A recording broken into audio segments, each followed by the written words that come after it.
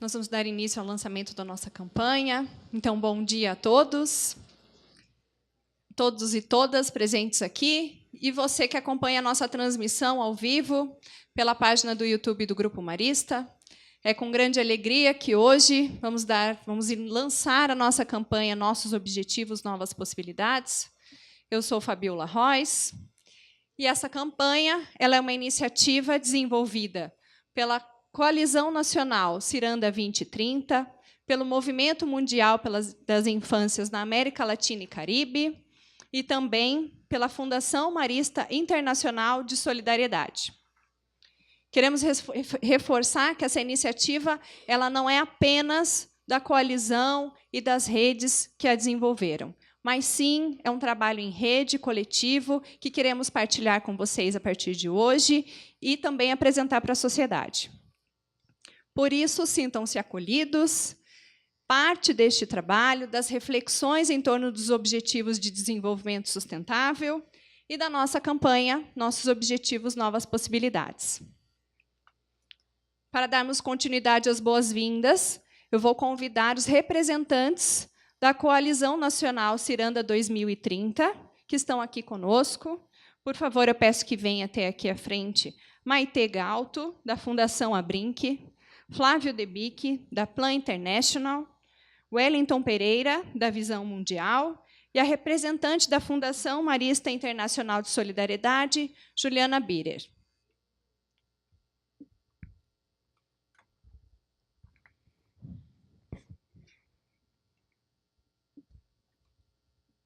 Eu passo a palavra para a Juliana Birer, da Fundação Internacional Marista de Solidariedade. Um bom dia para todos e todas. É uma alegria poder compartilhar esse momento com vocês hoje. E uma alegria realmente inspiradora e motivadora. Por quê? Porque quando nós pensamos em uma iniciativa para a difusão dos ODS, nós pensamos muito em uma forma de trabalhar que pudesse entrar no espírito dos ODS de fato, que pudesse unir vários segmentos da sociedade, crianças e adultos, que pudesse proporcionar ações locais e globais. E isso, hoje, no lançamento, a gente está podendo experimentar um pouco disso, que é tanta diversidade e um trabalho em rede em torno dos ODS. Então, temos aqui adolescentes, jovens, pesquisadores, especialistas, ONGs, movimentos sociais, empresas, fundações. Então, é um momento muito rico, e muito alegre, de fato, para quem acho que trabalha com a agenda dos ODS. Então, sejam muito bem-vindos. Em nome da Fundação Marista Internacional de Solidariedade, estamos aqui especialmente para fazer um trabalho em rede. Então, não é um trabalho solitário, um trabalho de uma ou outra organização. Então, acho que, a partir de agora, nos unimos também, todos que estão aqui, todos que estão nos ouvindo pela transmissão ao vivo, e todos aqueles que vão chegando até o movimento. E isso a gente vai ampliando essas forças em torno dos ODS. Sabemos que, diante do cenário que a gente vive hoje, de profundas crises humanitárias, conflitos humanitários, violências em altos patamares, a gente precisa, de fato, da incidência política, enquanto sociedade civil, de políticas estruturantes, de recursos adequados, mas, enquanto instituição, nós também acreditamos que a participação social é fundamental nesse processo, senão o nosso caminho vai ficar muito mais longo. Então, e quando a gente fala em participação social, a gente pensa muito na participação infantil e juvenil, como grandes sujeitos de direitos, atores de transformação. Então, a ideia toda de estarmos aqui hoje é que para a gente pudesse envolver também crianças, adolescentes e jovens nessa reflexão, nessa possibilidade de transformação local e, por que não, de incidência política, nesse movimento dessas crianças, desses adolescentes, desses jovens, desenvolverem o exercício do direito à participação, a partir dessa agenda dos ODS, e especialmente o que ela traz de discussão em torno dos direitos humanos.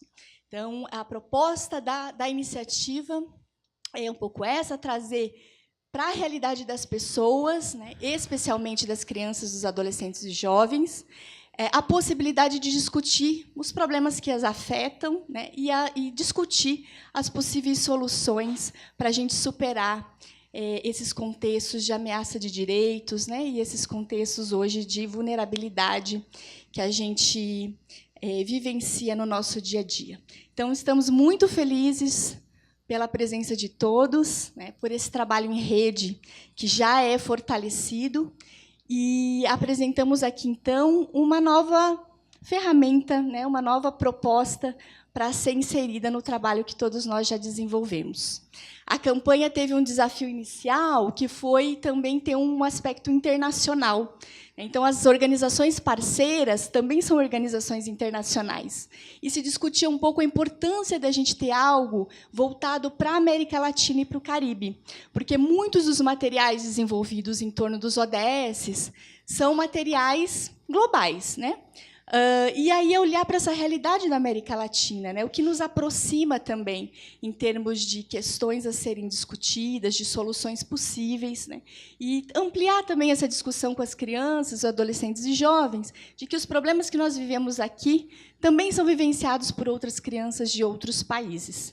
Então, a gente teve esse desafio, né, por isso vocês vão conhecer mais para frente um pouco a plataforma e vão perceber um pouco essas nuances que trazem, né, a miscigenação das etnias da América Latina, alguns elementos de cenário. Então, por isso, esse aspecto todo dentro da nossa proposta, pela ideia de ser um trabalho internacional, né.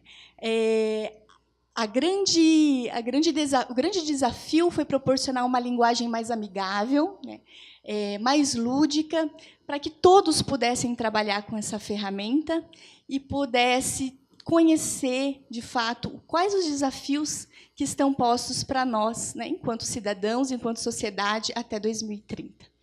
Então, fica o convite para a gente continuar esse trabalho iniciado aqui e um agradecimento muito especial por estarmos juntos nessa campanha. Muito obrigada.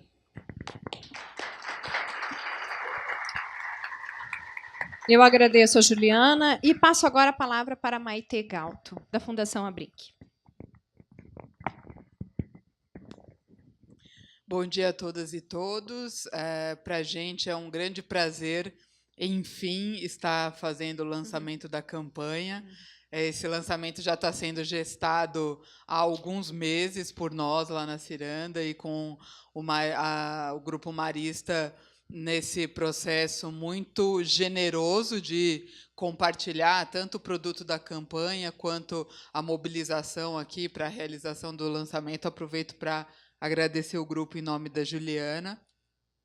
E a Ciranda, ela é uma coalizão de organizações e diferentes atores que trabalham com os ODS com foco específico em criança e adolescente. E se a gente for pensar, são 17 objetivos e 169 metas, com prazo de 15 anos para serem cumpridos, sendo que a gente já está atrasado 2 anos.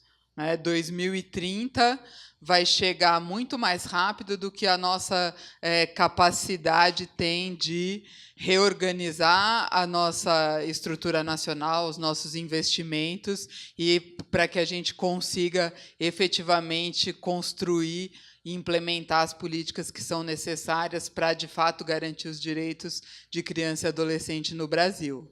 Mas não é porque é difícil que a gente não vai fazer todo o esforço necessário para que a gente chegue em 2030 com um país melhor e um mundo mais adequado e sustentável para a vida de todos, não deixando ninguém para trás. E crianças e adolescentes são um dos grupos mais vulneráveis que a gente tem na sociedade, pela sua característica de processo de desenvolvimento, pela sua falta de autonomia financeira, pela sua percepção de mundo e educação, formação ainda em desenvolvimento, e nós precisamos olhar para esse grupo de maneira estratégica para que em 2030 nós tenhamos adultos e jovens aptos a dar sequência a todo esse processo de desenvolvimento que a gente tem, né? Falar de priorizar a criança e adolescente em uma agenda como essa não é priorizar porque eles são bonitinhos, porque eles são pequenos e porque eles são crianças. E sim é priorizar porque o investimento que a gente faz hoje neles é o fruto que a gente vai colher em 2030 e nas futuras décadas, para que todo esse investimento que precisa ser feito agora ele não seja perdido. A partir de adultos bem formados que a gente vai conseguir mudar o paradigma de desenvolvimento no país para que ele seja sustentável no tripé econômico, social e ambiental. E a Ciranda ela tem esse propósito de agregar diferentes atores para discutir soluções complexas para problemas complexos. Criança e adolescente precisa de um olhar multifatorial, interdisciplinar e transversal. E a agenda dos ODS nos dá essa oportunidade de chamar os diferentes setores, governo, sociedade e setor privado, para esse processo de construção coletiva de soluções para os principais desafios que a gente tem. Então, na Ciranda, o nosso propósito é monitorar o cumprimento das metas, monitorar os indicadores e, principalmente, estabelecer diálogo com o governo e com os diferentes atores envolvidos no processo para que a gente possa construir políticas públicas voltadas, de fato, para a qualidade da educação, para que o Plano Nacional de Educação, por exemplo, não seja esquecido ou tirado da prioridade, porque o Plano Nacional de Educação é o ODS 4.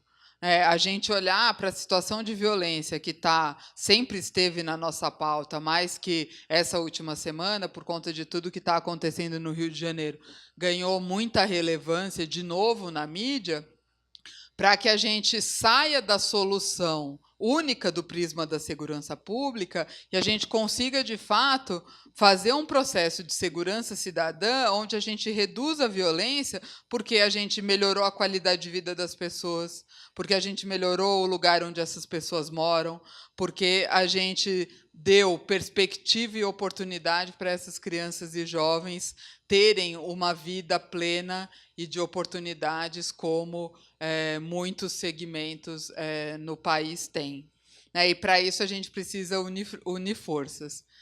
E a Ciranda tem esse propósito de trazer para a discussão esses diferentes atores. E fica, além de tudo, já encerrando a minha fala nesse momento, um convite para todo mundo que está aqui para conhecer mais a Ciranda e vir participar com a gente desse processo. Obrigada. Obrigada, Maitê. Eu passo a palavra agora para o Wellington Pereira, da Visão Mundial. Bom dia a todos e a todos. É uma alegria muito grande estar aqui hoje. Eu sou Wellington, trabalho na Visão Mundial, na área de relações institucionais. Queria agradecer essa casa que nos recebe, agradecer o Instituto Marista, em nome da Juliana.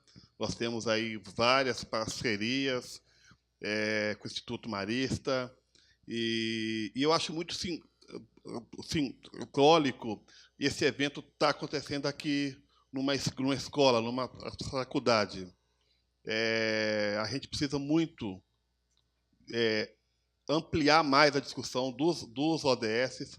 A gente precisa muito fazer com que essa agenda não seja uma agenda exclusiva de um grupo de pessoas ou de um grupo de ONGs, mas que ela seja disseminada e que ela seja realmente apropriada por cada setor da nossa sociedade.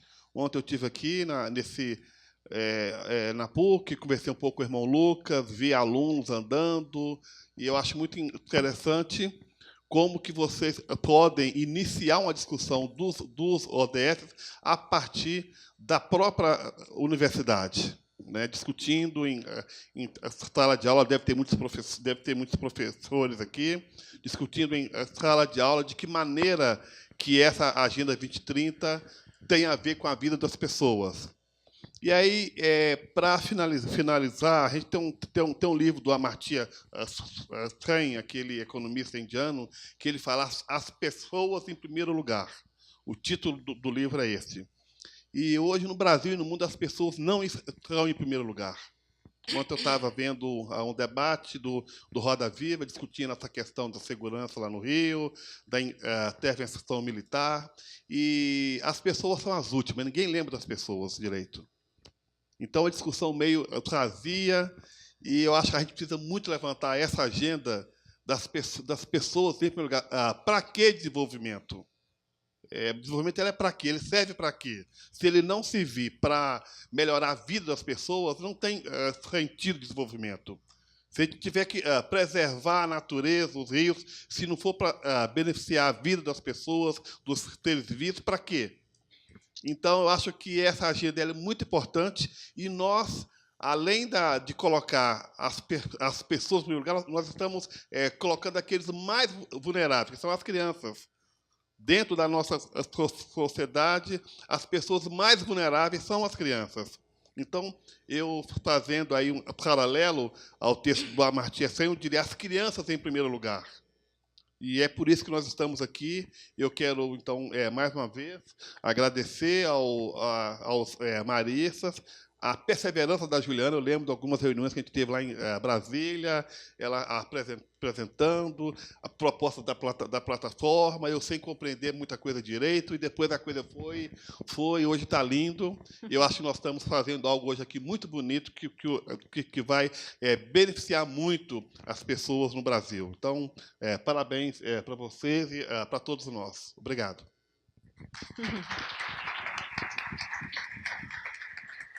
Obrigada, Wellington.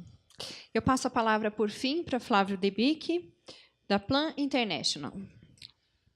Bom dia.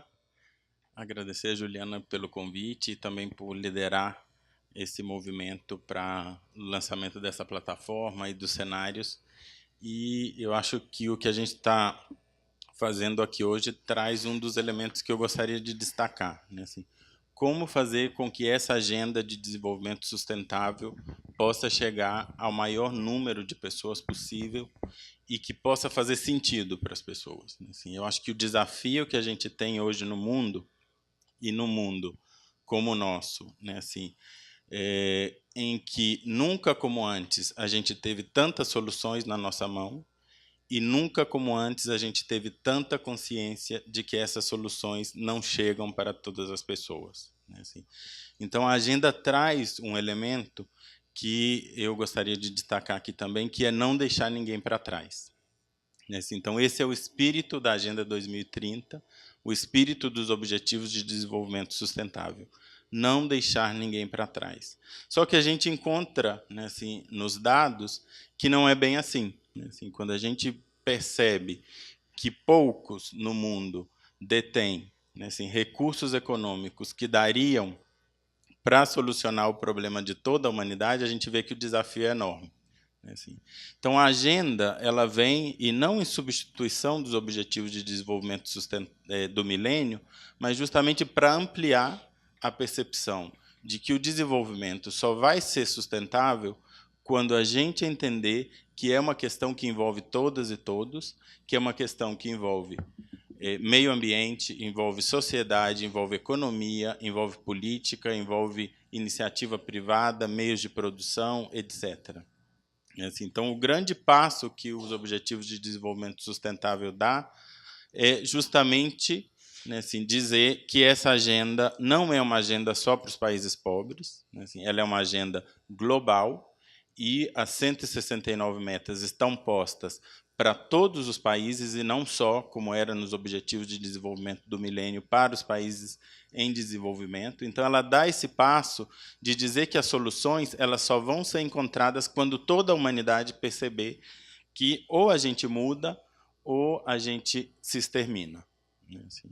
Então, eu não vou falar muito agora, porque eu vou ter uma fala na mesa seguinte, mas eu gostaria só de trazer esse desafio, e é o que a Ciranda quer fazer. Assim, quando a gente escolheu esse nome de Ciranda, a gente justamente queria isso, né? Assim, uma identidade que congregasse, que trouxesse mais pessoas de diferentes setores, né? Assim, da sociedade civil, mas também da iniciativa privada, dos governos, para que pudesse cirandar, né? Assim, numa roda que pudesse colocar todo mundo no centro, que pudesse colocar todo mundo como parte da solução, e que a gente pudesse olhar para esses objetivos de desenvolvimento sustentável num contexto global, mas também num contexto nacional, que coloca os desafios de uma maneira que a gente olha para eles e a nossa tentação é se desanimar, mas que fosse um espaço que pudesse trazer também esperança, criatividade, energia, para que a gente junto possa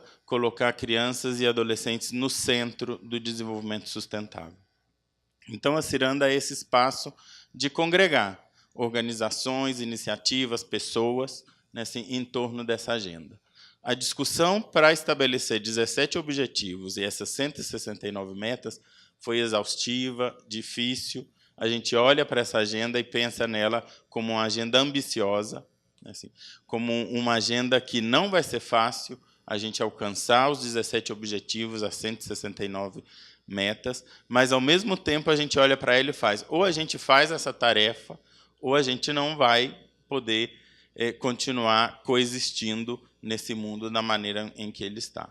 Assim, a gente olha para ela hoje, Maite falou que a gente já está 2 anos atrasados, e eu diria que não só isso, né? Assim, a gente está atrasado no seu cumprimento, mas tomando decisões equivocadas que fazem com que a máxima de não deixar ninguém para trás se torne cada vez mais difícil, né? Assim, então, a gente olha para o contexto nacional de uma maneira também muito crítica, com algumas decisões que estão sendo tomadas, onde políticas sociais não estão sendo priorizadas, né? Assim, onde a gente tem recorte de orçamentos nos ministérios, onde a gente entende que deveria aumentar investimento, a gente tem cortes. Então, a gente precisa olhar para essa agenda de uma maneira crítica, mas também de uma maneira propositiva. Assim, como é que a gente, desde o lugar onde a gente está, né, assim, contribui para alcançar os 17 objetivos e as 169 metas. Não de uma maneira ingênua, mas de uma maneira também realista, mas, ao mesmo tempo, esperançada, né? Assim, e o nosso foco em crianças e adolescentes todos os dias coloca na nossa frente esse desafio. As crianças não são o futuro, as crianças são o hoje. Então, as decisões que a gente toma hoje vão impactar as nossas vidas, mas principalmente a vida das crianças e dos adolescentes. Então, nessa manhã, o que a gente quer é convidar todo mundo para essa ciranda e ver como é que cada um e cada uma pode, desde o lugar em que está, contribuir para que esses objetivos possam ser alcançados, em que em 2030 a gente olhe e diga, a gente conseguiu cumprir essa tarefa. E eu fiz parte da solução e não do problema.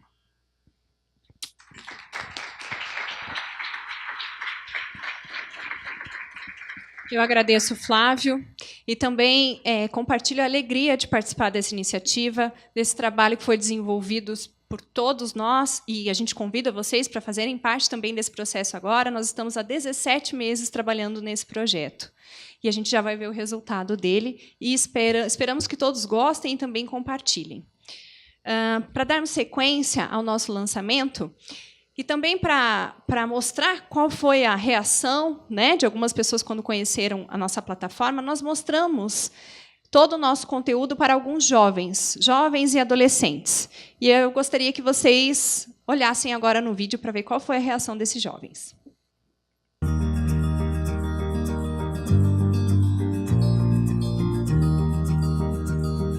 Eu ainda não conhecia as ODS, mas eu achei bem importante conhecer. Tinha muitos pontos que eu já tinha pensado que, sabe, eu já tinha reparado, mas eu nunca pensei em fazer nada para mudar. O site ele é bem interativo, né? Ele mostra bem como que é o desenvolvimento das ODS com a prática, digamos assim. Ela interage bastante com a gente, não é uma coisa que fica chata, porque você fica tipo entusiasmado em ver.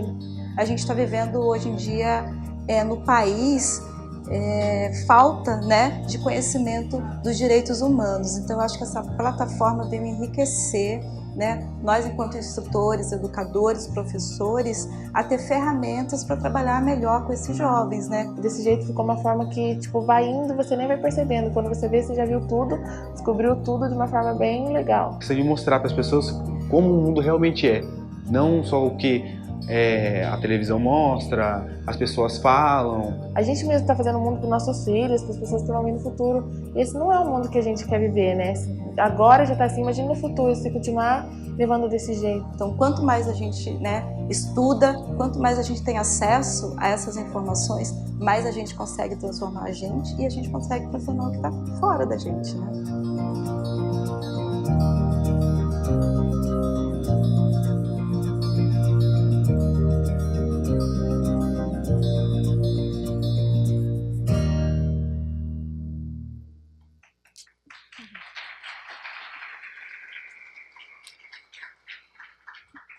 Inspirados nas juventudes, que é grande parte do nosso público-alvo, e que nós acreditamos que são os agentes transformadores da sociedade, eu vou convidar 2 jovens para participarem agora desse momento, que é a Caroline Good e o Joaquim Cetim, para estarem aqui à frente.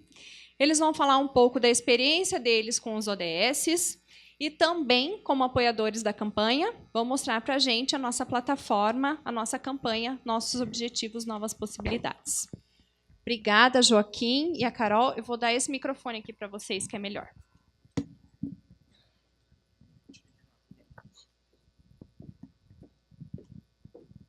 Bom dia a todos e todas, a todos os presentes, a quem está assistindo a gente online. Meu nome é Joaquim. Meu nome é Caroline. Nós somos, eu sou graduando do curso de licenciatura em Ciências Biológicas, ela é recém-formada no mesmo curso. É uma honra estar aqui hoje para vocês para falar um pouco sobre a nossa história e também pelo convite para participar do lançamento dessa campanha, que a gente ficou muito, muito animado com ela. A nossa história, o nosso envolvimento com os ODS é uma história muito bonita, porém muito longa, então a gente vai tentar dar uma resumida nela aqui. Tudo começou em 2014, quando a gente entrou no curso através do programa Universidade para Todos, ProUni. Nós somos bolsistas integrais do nosso curso. E a universidade ela oferece alguns programas institucionais de bolsas. Um deles é o PIBID. O PIBID ele é o de iniciação à docência, né, Carol? Enquanto isso, o PIBIC é o projeto de iniciação científica. Esses projetos têm como tema direitos humanos e diversidade e os ODS. Então, foi assim que nós fomos imergidos nessas temáticas complexas e fomos induzidos a trabalhar para expor esses conteúdos que são complexos para os jovens. Isso. A graduação aqui das licenciaturas da nossa universidade, eles focam muito em metodologias alternativas.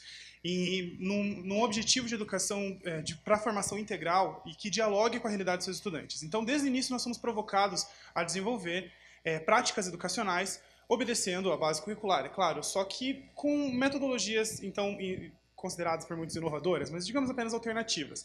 A gente desenvolveu atividades utilizando filmes, séries, livros, uma animação japonesa, todos com ótimos resultados. E, por fim, a gente chegou até a utilizar agora esse nosso grande projeto, que é utilizar o RPG.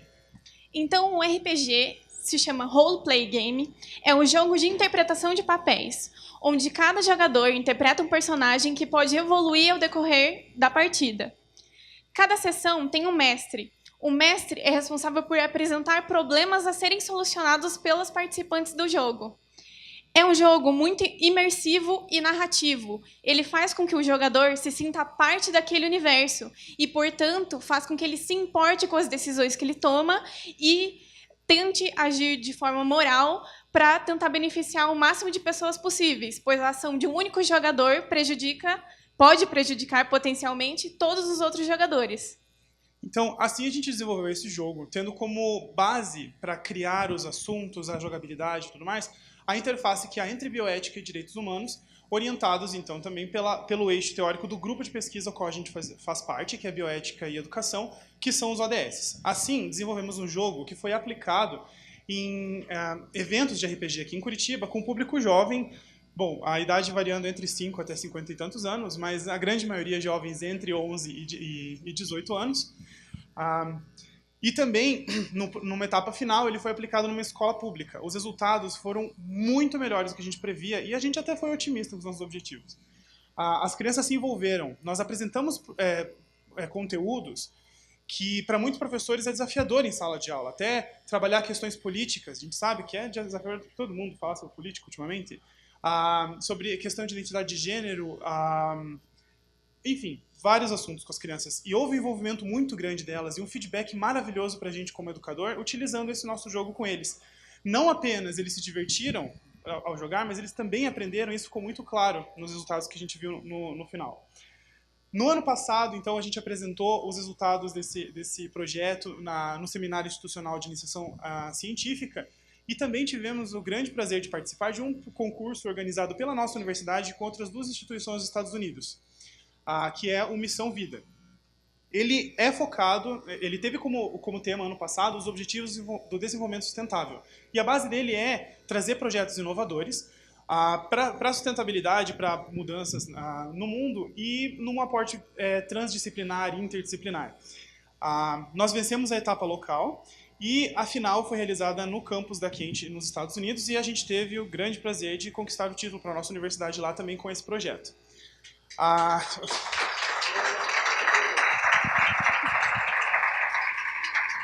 Por essa eu não estava esperando. Ok. Enfim, com isso, a gente quis mostrar para vocês como nós chegamos aonde chegamos e do porquê nós estarmos aqui hoje. Que no fim dessa próxima etapa aqui da nossa conversa vai ficar mais claro do porquê que fomos convidados. Então, nós estamos aqui porque nós temos um objetivo em comum com a campanha, que é aproximar essas temáticas que são muito complexas para uma linguagem que seja mais acessível para as crianças e jovens. Por isso estamos aqui. Então, nós vamos apresentar a plataforma. Esse daqui é o site, então, que a gente está lançando hoje, que é a ferramenta da campanha. A primeira parte do site tem como função apresentar a campanha e ela faz um convite para que os jovens se tornem protagonistas para agir e atuar em prol da Agenda 2030. No site, nós também podemos encontrar uma série de vídeos e materiais extras que auxiliam a discussão sobre os temas dos ODS. Mas o principal foco do site são os cenários em 3D. A primeira possibilidade que a gente tem com esses cenários são girar ele em 360 graus e se aproximar e se distanciar dessas cenas. Elas também têm um elemento muito importante, que foi um desafio para o desenvolvimento da campanha, que é trazer elementos culturais de toda a América Latina e do Caribe, para que as pessoas se sintam identificadas com a campanha e que percebam elementos que são referências no seu país. Então, a gente pode ver que cada cenário ele foi desenvolvido tendo, então, como base o objetivo do qual ele fala, e em um dos lados a gente vai ver o que seria um cenário ideal baseado nesses objetivos, e no outro, em contrapartida a esse, com vulnerabilidades ali em evidência. Como a Carol disse, um grande desafio foi trazer uma identidade que fale, que dialogue com todos nós, com a realidade de todos nós, tanto daqui do Brasil quanto da América Latina. E isso vai ficar mais claro nos próximos cenários, porque até nas estruturas, nas vestimentas, eles conseguiram um bom trabalho nesse ponto. Então, o primeiro ODS que a gente vai apresentar aqui é o ODS número 4, que tem o título Assegurar a educação inclusiva, equitativa e de qualidade e promover oportunidades de aprendizagem ao longo da vida para todas e todos. Então, o cenário é dividido em 2 partes. Ali no primeiro cenário, a gente apresenta uma escola com uma situação que é considerada adequada de acordo com as metas desse ODS. Então, é um ambiente participativo, inclusivo, porque ali atrás a gente pode ver que há um ambiente adequado para uma menina que é uma cadeirante, onde os estudantes eles têm uma atividade que é lúdica e interativa num ambiente seguro. Enquanto isso, do outro lado, a gente pode perceber uma situação de vulnerabilidade de uma escola com uma infraestrutura que é mais precária, onde os estudantes se encontram mais desmotivados, desanimados. A gente pode ver que A própria forma como é retratada ali, ela traz a mensagem do quanto um ambiente desleixado, digamos assim, com poucos atrativos, torna o simples ato de ir para a escola desinteressante. E a gente sabe que, de acordo com os ODS, esse é um dos objetivos, de tornar o aprendizado uma prática satisfatória, que traga prazer para a criança. Que traga um aprendizado efetivo, né? Um dos objetivos da educação brasileira. Então, o próximo ODS que nós... Sim, desculpa, Carol, interrompi você. Um dos grandes recursos que tem nesses cenários 3D aqui são esses cartões, que eles trazem mais informações, eles potencializam a sensibilização sobre os ODS. Eles estão espalhados pelo cenário sobre esses números, e quando clica, então, ele faz esse zoom. A gente vai ler aqui, por exemplo, o 7, que a Carol disse agora há pouco, sobre inclusão. Clicando nele, aparece o texto dizendo: o primeiro passo para combater a exclusão escolar é tirar 2,8 milhões de meninos e meninas que não vão para a escola da invisibilidade. É preciso entender quem são eles e os motivos que os afastam do ambiente escolar. Cada um dos cenários que a gente vai mostrar para vocês hoje, eles vão ter desses cartões espalhados, cada um deles trazendo uma outra mensagem. Então, o próximo ODS que o site apresenta é o ODS de número 5, sob o título Alcançar a igualdade de gênero e empoderar todas as mulheres e meninas. Da mesma forma do cenário anterior, ele apresenta um cenário com uma condição que é considerada adequada e uma que é considerada vulnerável de acordo com as metas desse referente ODS. Então, ali a gente pode perceber os signos que são representados nesse cenário, das crianças com um uniforme escolar, onde a menina e o menino brincam juntos, enquanto os adultos são responsáveis pelas atividades de casa. Esse é o cenário que é considerado adequado. Esse mostra tanto as tarefas divididas entre o que seriam consideradas então as tarefas domésticas empenhadas pelos adultos, enquanto às crianças é reservado o direito tanto a participar da escola, como a Carol disse muito bem, e também o do brincar. E um ponto bem curioso sobre esse ODS, ele não coloca cada criança brincando com o seu brinquedo, entende? Mas e sim brincando juntos. No entanto, do outro lado, no cenário que é considerado vulnerável, nós podemos ver que a única criança que está com esse uniforme escolar é um menino. E ele também é o único personagem que se encontra brincando na cena. Enquanto isso, a menina auxilia a adulta nas atividades domésticas. Enquanto a gente pode ver que o adulto, homem, também está realizando uma atividade que é considerada de lazer. Então, aqui a gente consegue perceber uma divisão de tarefas que é inadequada. Aqui a gente vai dar um exemplo de alguns dos cards aqui também. O que fala sobre educação.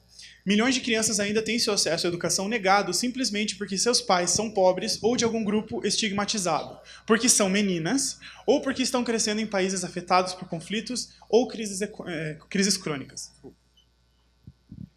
O próximo ODS que o site apresenta é o ODS 16, com enfoque na meta 16.2, sob o título Acabar com o abuso, exploração, tráfico e todas as formas de violência e tortura contra crianças.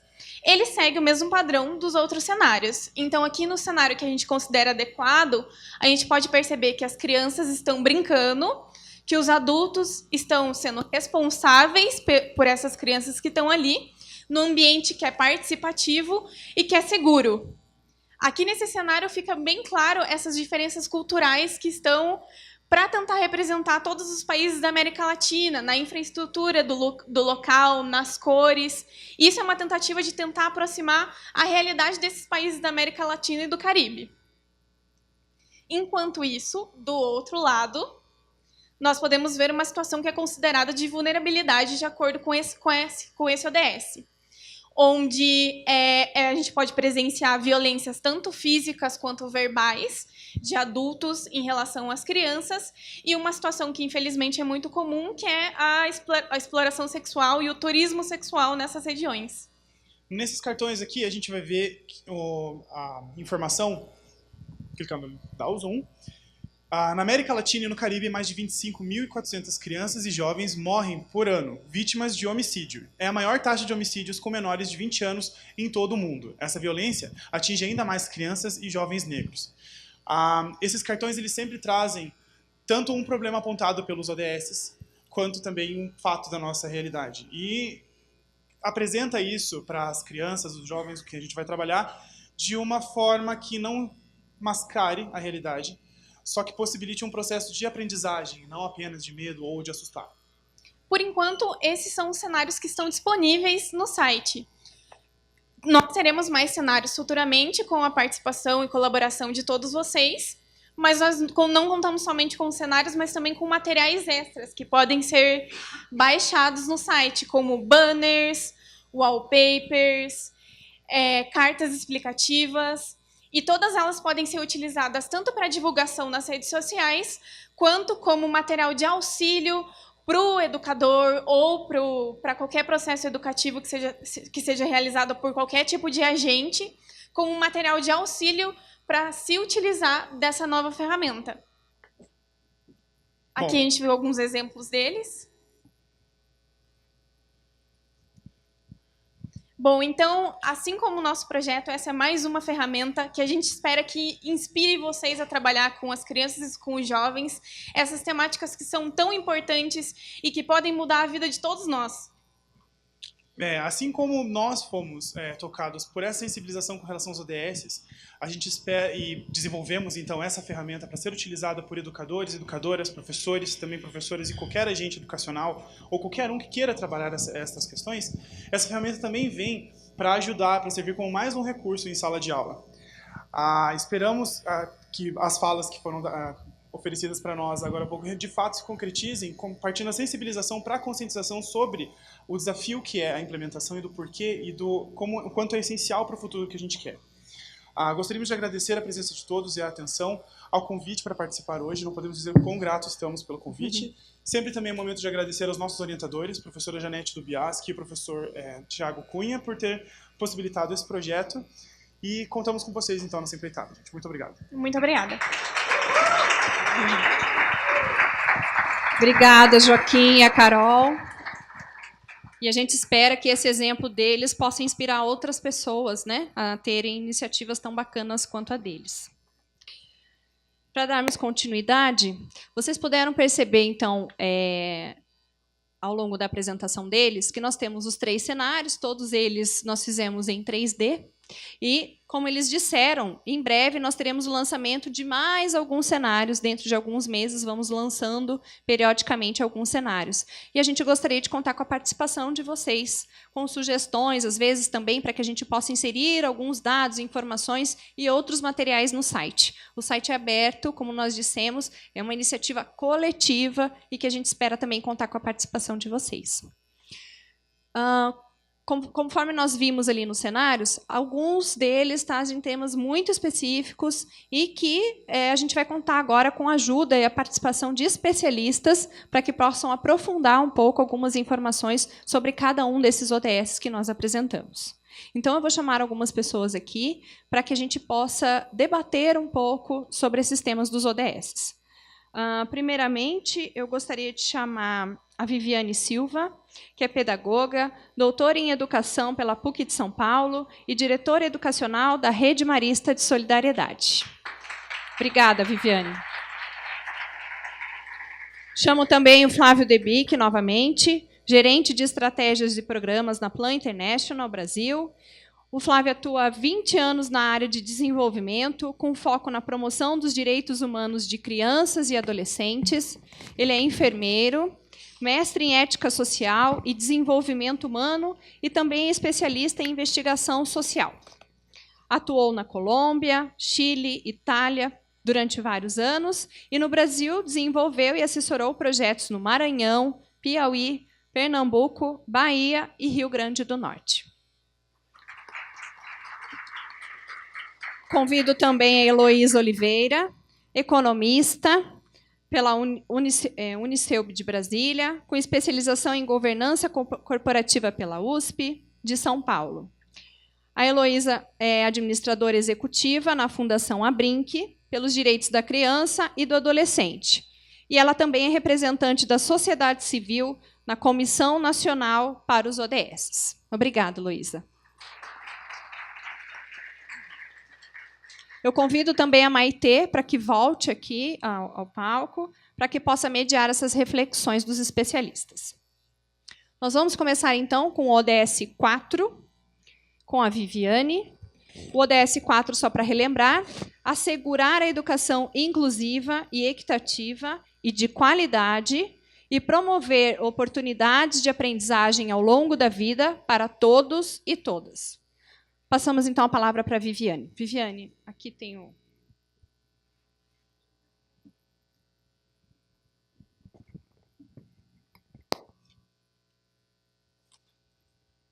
Bom dia a todas e todos.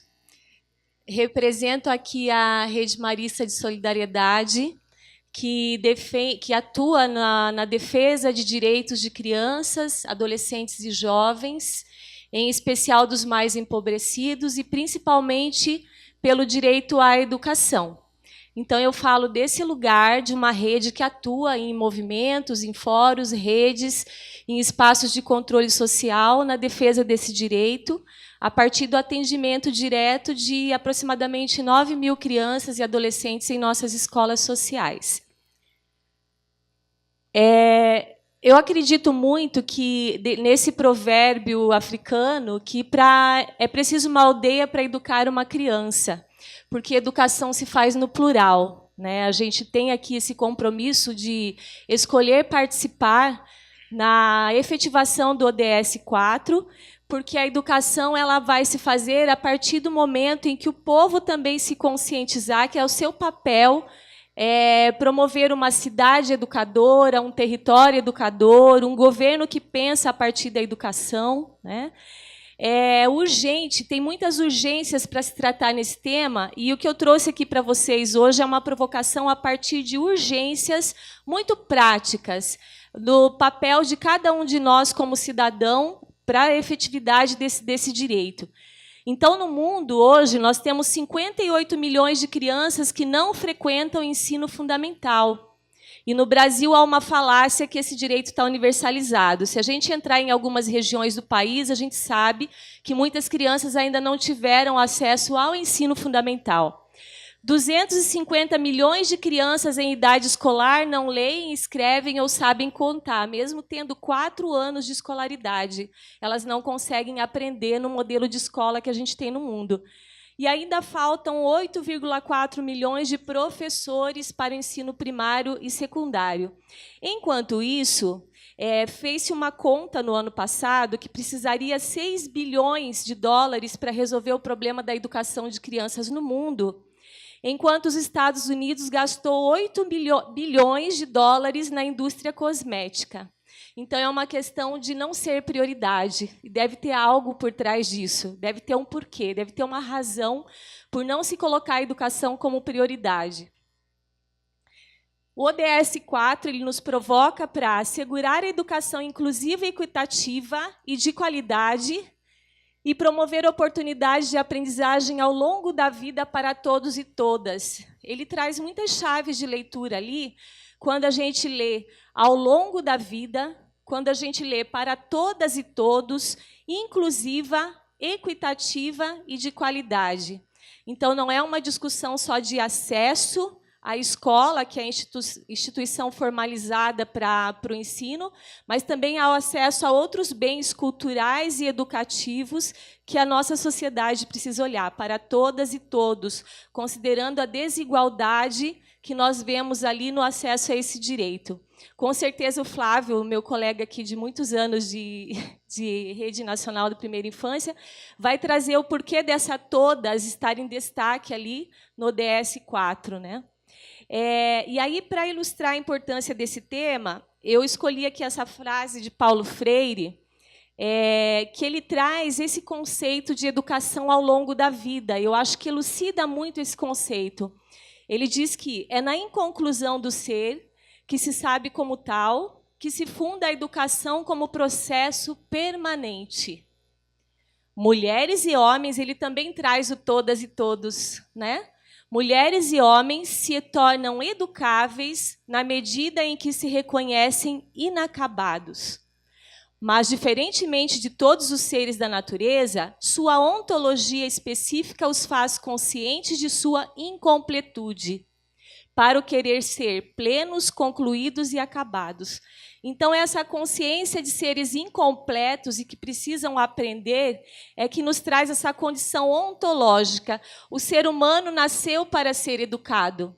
É uma condição de sobrevivência e de constituição de vida digna. O ser humano nasceu para ser educado.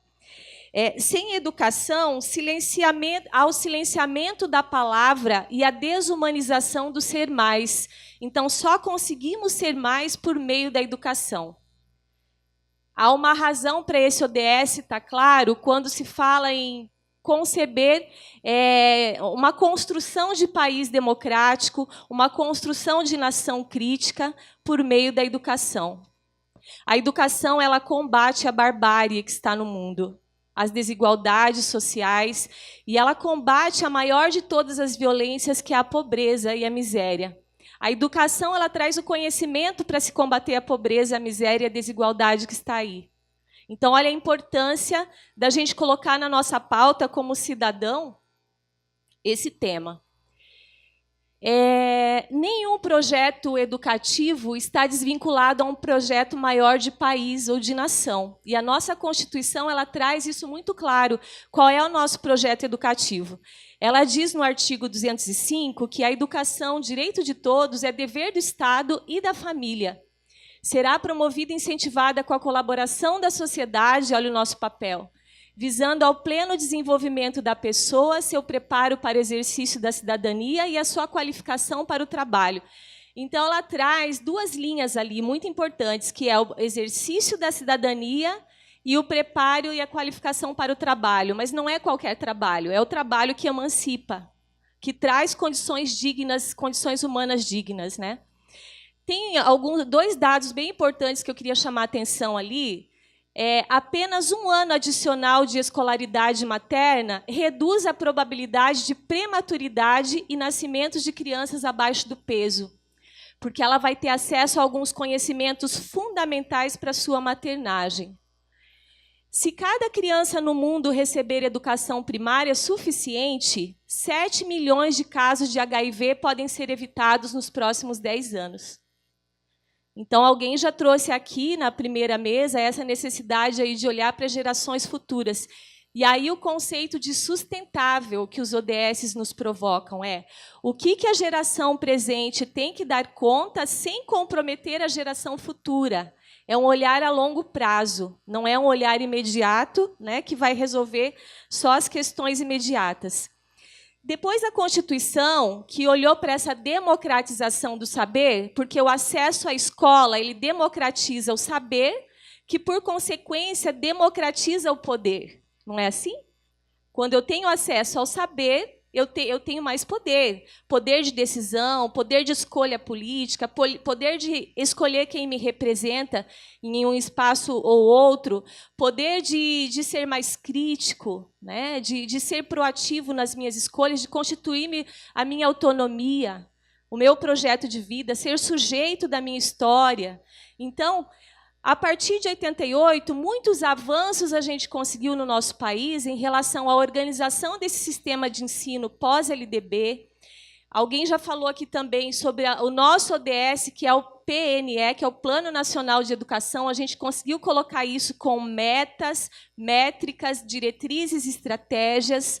Então, a gente tem muito claro, a gente aumentou um pouco o IDEB das escolas, que estavam num patamar muito reduzido, e a gente teve avanço. Então, a gente não pode deixar de olhar que teve um crescimento, sim, no foco e no olhar para a educação no nosso país, pós-Constituição de 88, principalmente na questão da universalização. Houve um esforço para essa universalização da escola para todos, que antes na história isso não tinha acontecido com tanta força, né?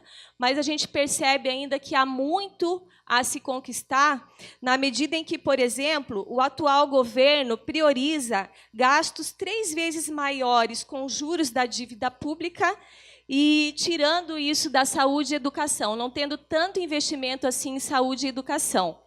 O Fundo Nacional de Assistência Social, que apoia serviços e programas sociais, teve perdas calculadas em 97%.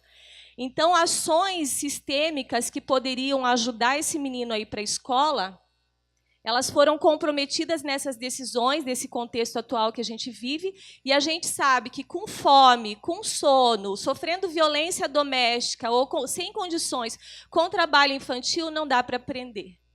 Então, existem outras políticas aí que precisam estar em consonância com a política de educação para, efetivamente, esse menino, primeiro, ele chegar até a escola, e depois ele permanecer na escola, e aí ele aprender na escola e ele construir seu projeto de vida para frente, para depois da escola. Então, nós temos, nesse desafio de aprender a vida toda, né, o desafio do jovem que tantas vezes ele não consegue acessar o ensino médio, não dialoga com a sua proposta de vida. Tantas vezes ele tem que ir para o mercado de trabalho e não consegue estudar nas condições que a gente oferece hoje. Tantas vezes o adulto também não tem a oportunidade de se alfabetizar ou de ter acesso à escola, ao ensino superior do jeito que ele precisava.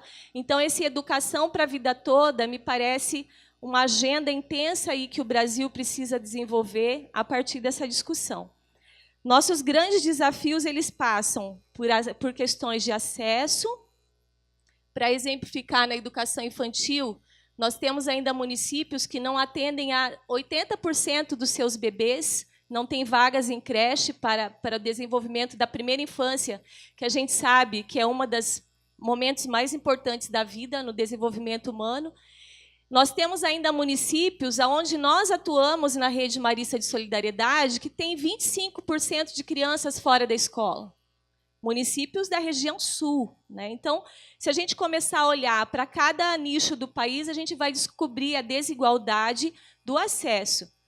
E aí, questões de permanência, da própria aprendizagem, né, da fragilidade que se tem hoje para aprender ainda com as estruturas de escola que a gente tem, com as condições desses profissionais que atuam em 3 escolas durante o dia, que não são valorizados, que têm uma defasagem ainda na sua formação inicial e na continuada.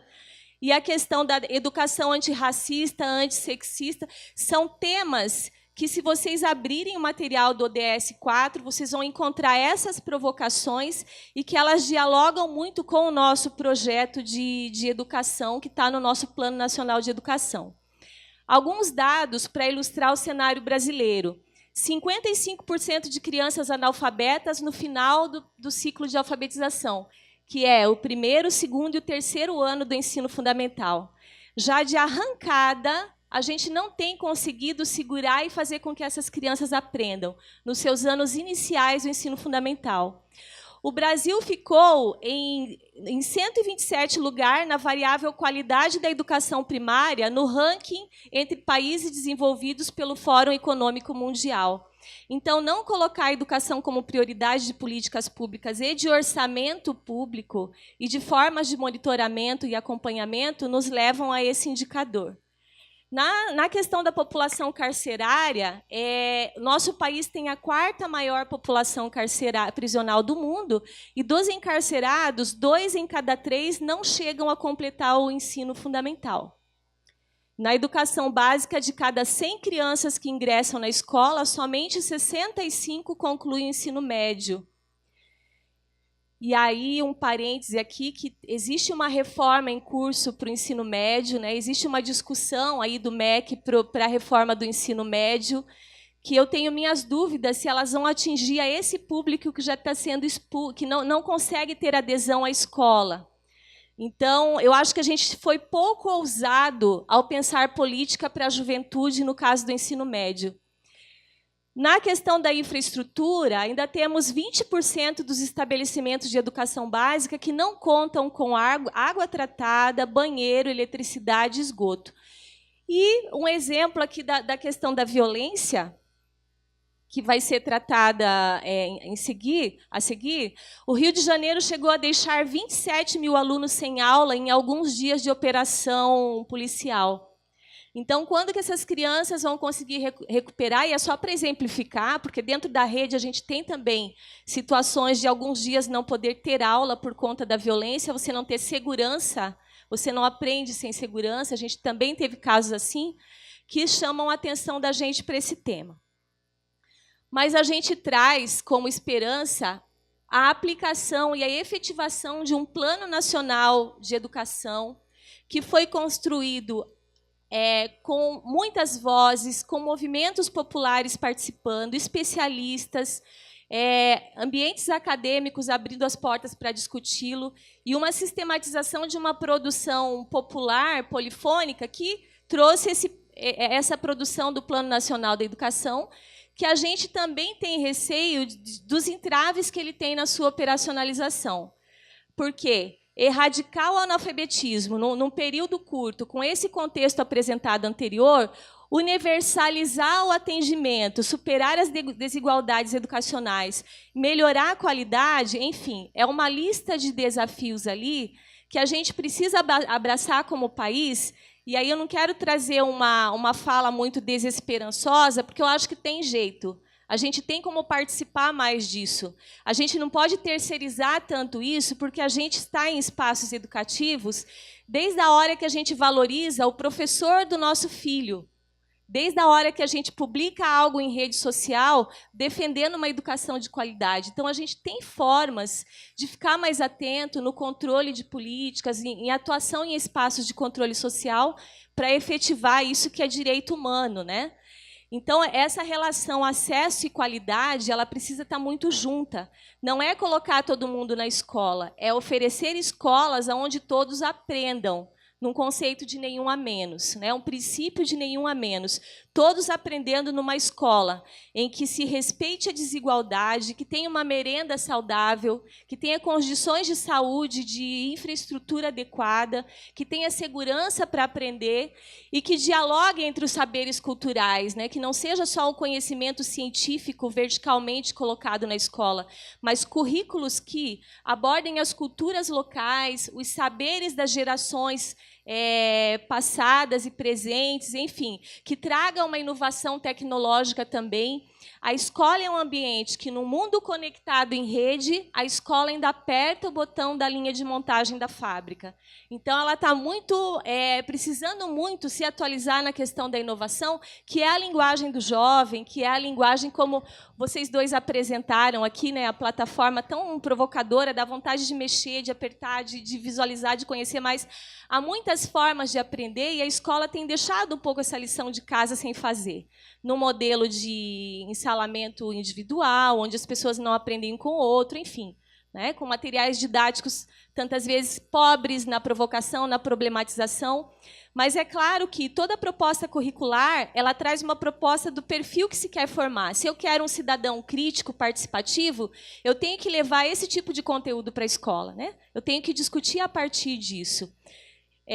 Eu trouxe aqui um exemplo de algo que é muito palpável e próximo, que acho que vocês conheceram, a história do Diego Lima, que é um educador que está concorrendo ao Prêmio Nobel de Educação. Ele é de Ribeirão Preto, se eu não me engano. Ribeirão, isso. Ribeirão, São José do Rio Preto, desculpa.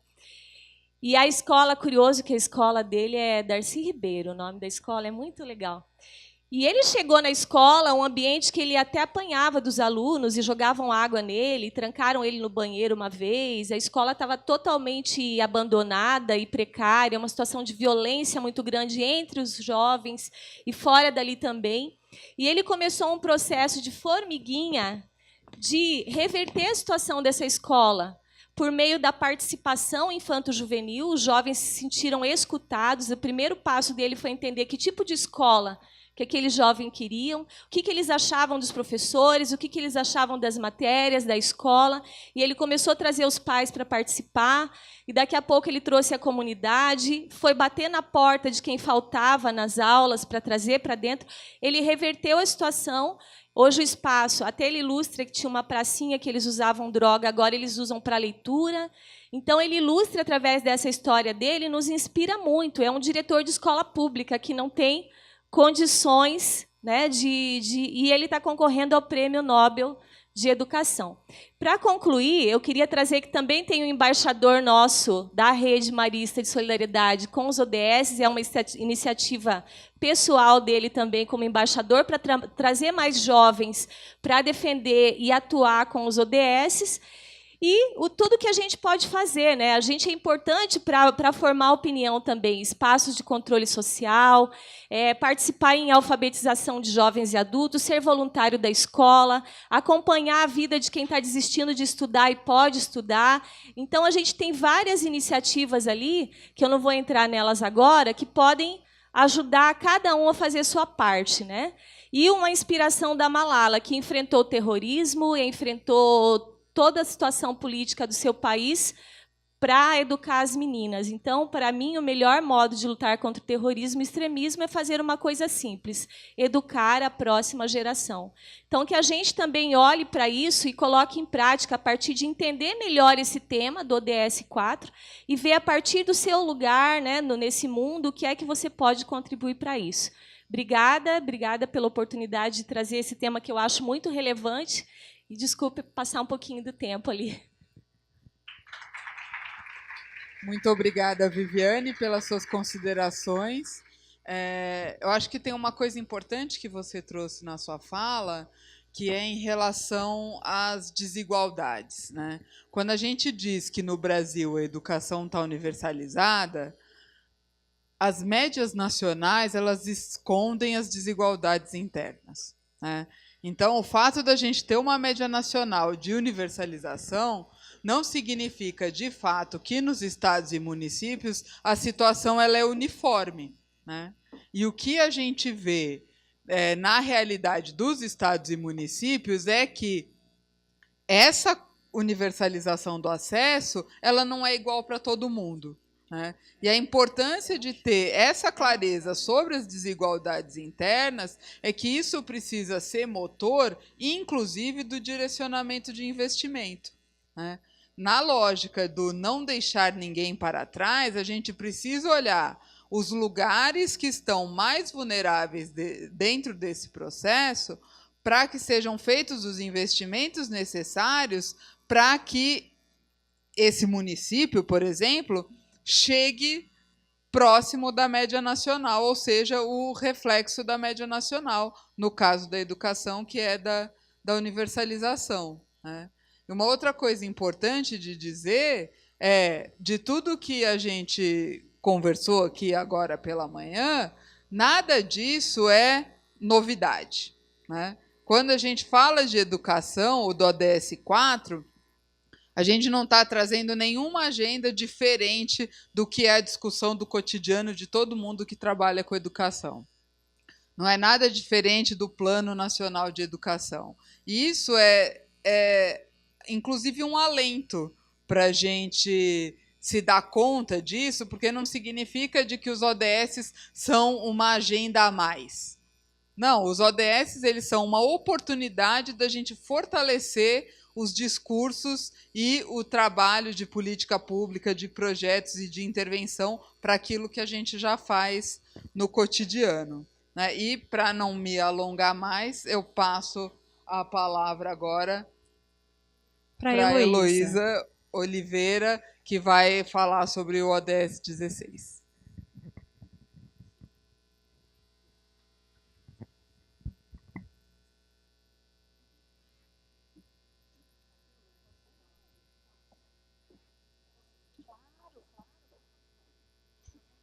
Porque fica melhor daqui, eu acho. Eu acho que aqui fica melhor. Melhor. Ser mais alta, deixa eu ver. Bom, como a gente já vem desde cedo falando, algumas coisas até parecem ficar repetidas. Alguém pode colocar a apresentação para mim? Ela está. Bom, então deixa eu começar já antecipando algumas coisas e aí em seguida eu passo. Ok.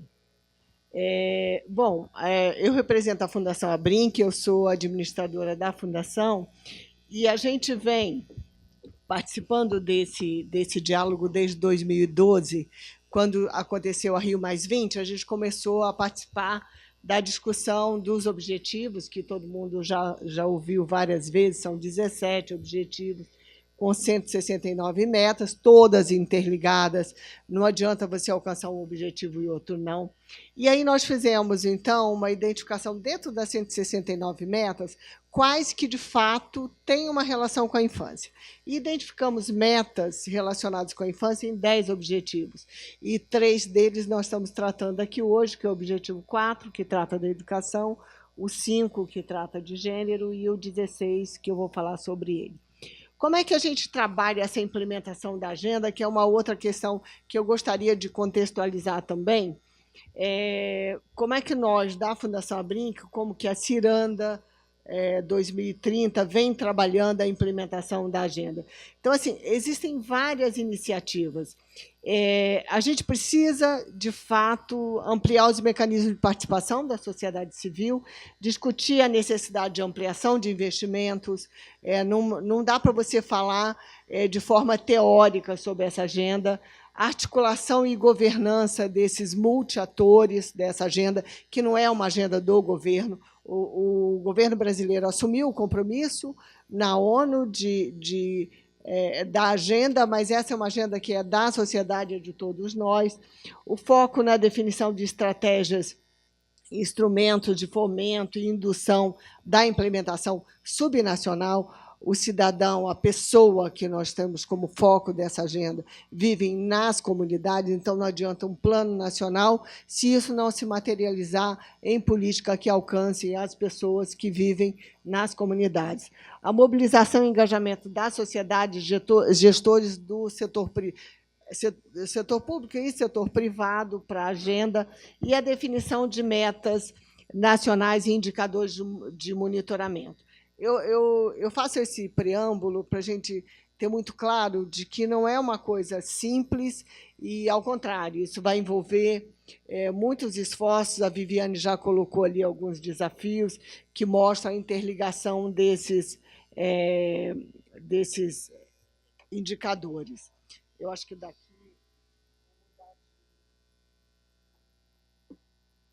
Eu vou mudar de microfone e ficar mais perto. Para poder falar um pouco desse desafio de enfrentamento dessa violência contra a criança e adolescente, a gente traz aqui alguns números.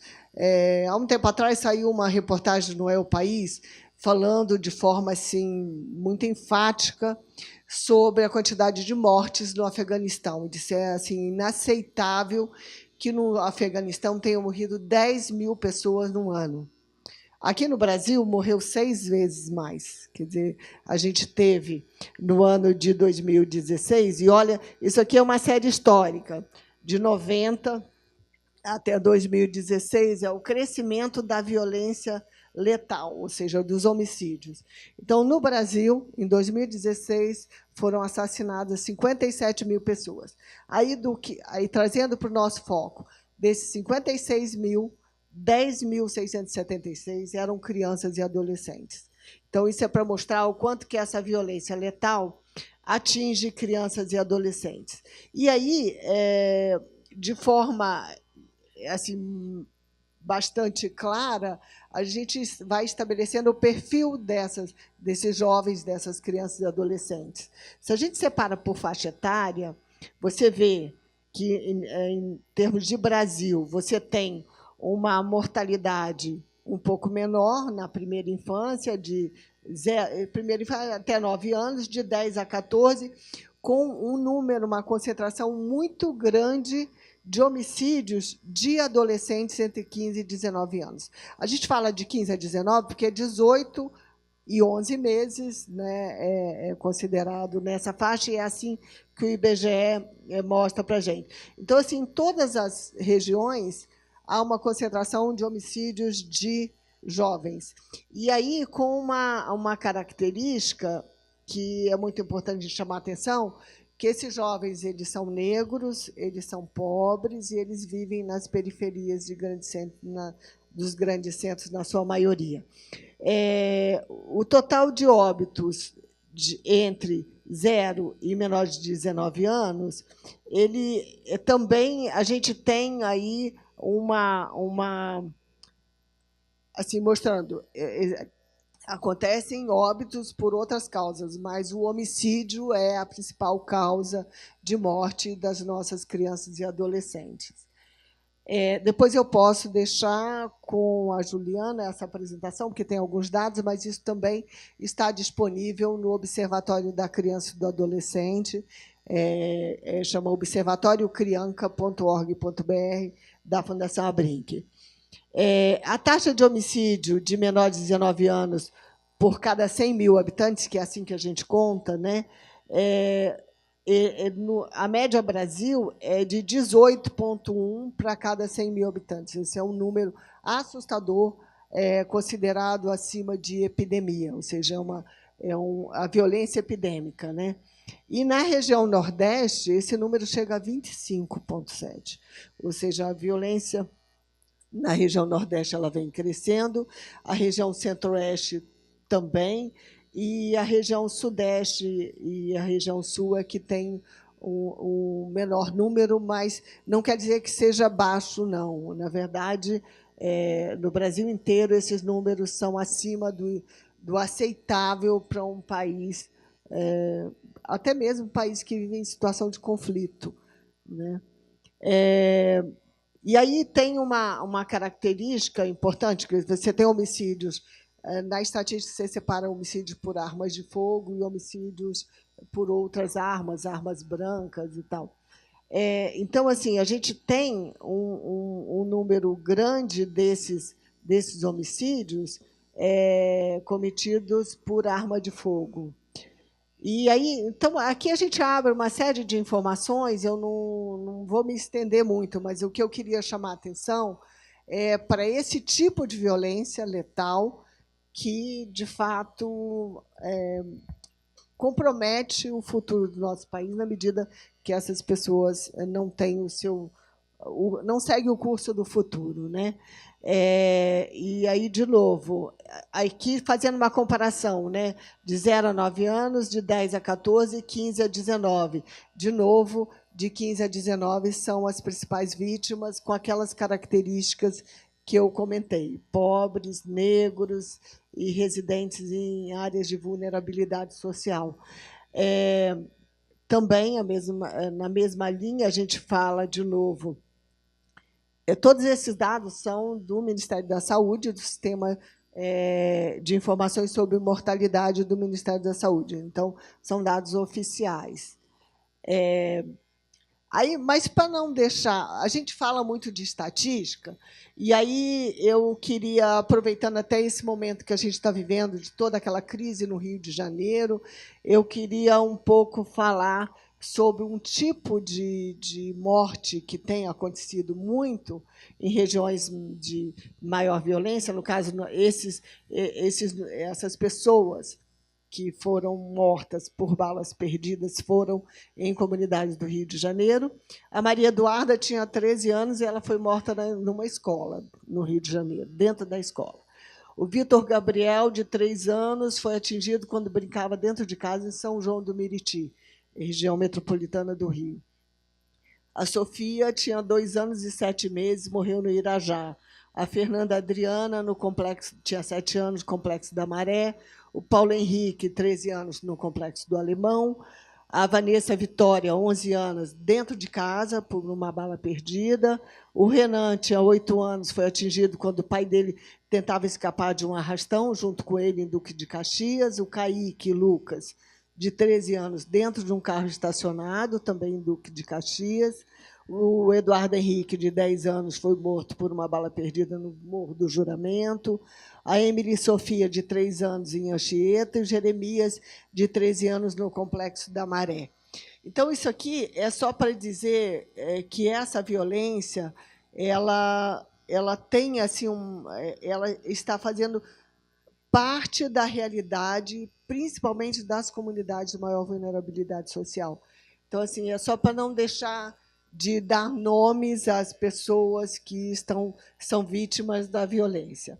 E aí tem uma outra coisa também que eu queria comentar, Bom, antes de entrar nessa questão do monitoramento legislativo, a gente traz as estatísticas da violência letal, porque essas são inquestionáveis.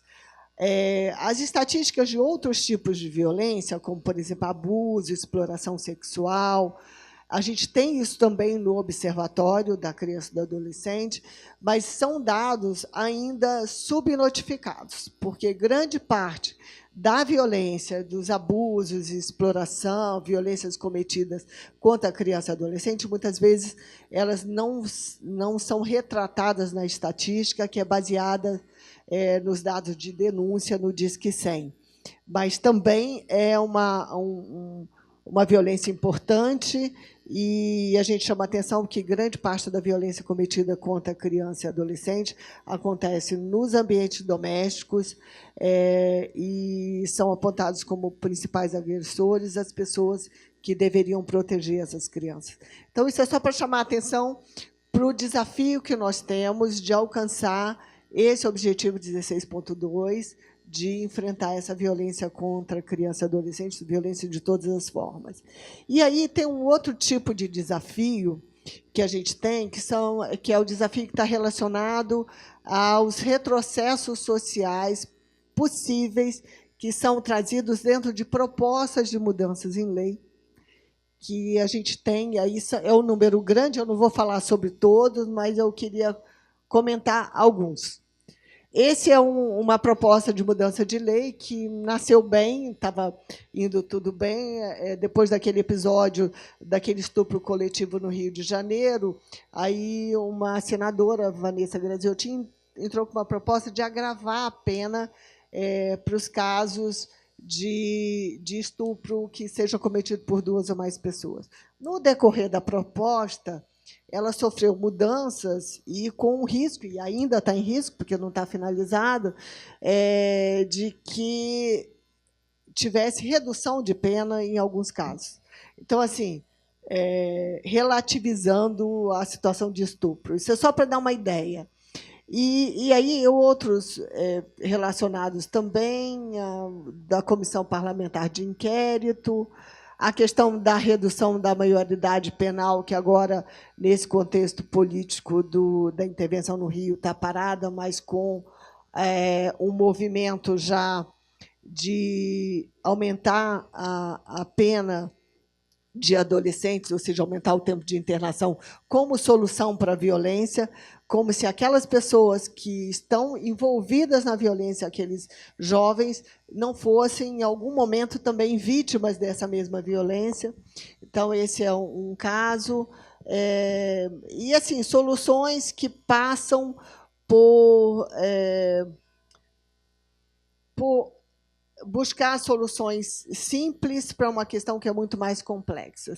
Então, eu gostaria de finalizar dizendo que, para nós, está muito claro que as melhores políticas para enfrentamento da violência, elas não se encontram na dimensão da segurança pública e muito mais na dimensão das políticas básicas que estão previstas na Constituição, no Estatuto da Criança e do Adolescente, no Plano Nacional de Educação, de atenção básica de saúde e tudo isso. Ou seja, teríamos mais sucesso se investíssemos nessas outras áreas, ao invés de tanto em segurança pública. Obrigada.